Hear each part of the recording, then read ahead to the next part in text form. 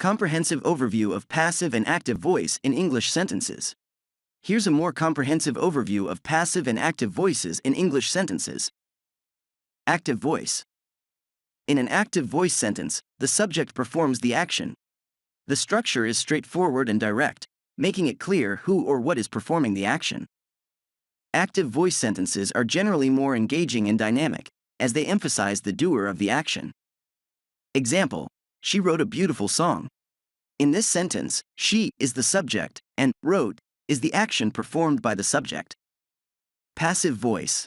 In a passive voice sentence, the subject is the receiver of the action, while the doer of the action may or may not be explicitly mentioned. Passive voice is often used when the focus is on the result or the action itself rather than the doer of the action. Example: the song was written by her. Here, the song is the subject, but it's receiving the action, written.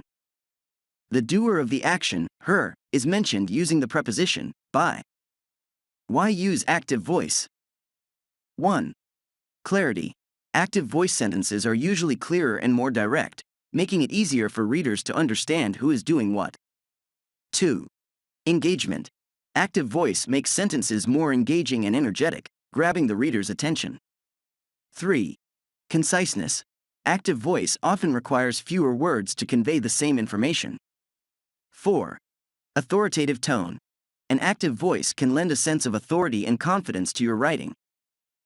Why use passive voice? 1. Emphasis.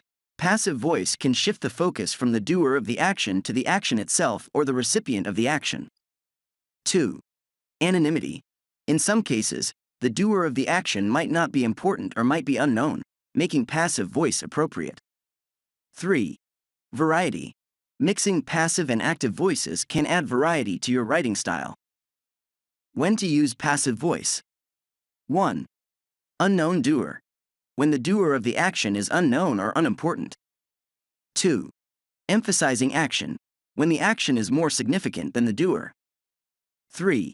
Professional or formal contexts. Passive voice can be common in scientific, technical, or formal writing. Tips for identifying passive voice. 1. Look for forms of the verb to be, is, am, are, was, were, has been, had been, etc., followed by a past participle. 2.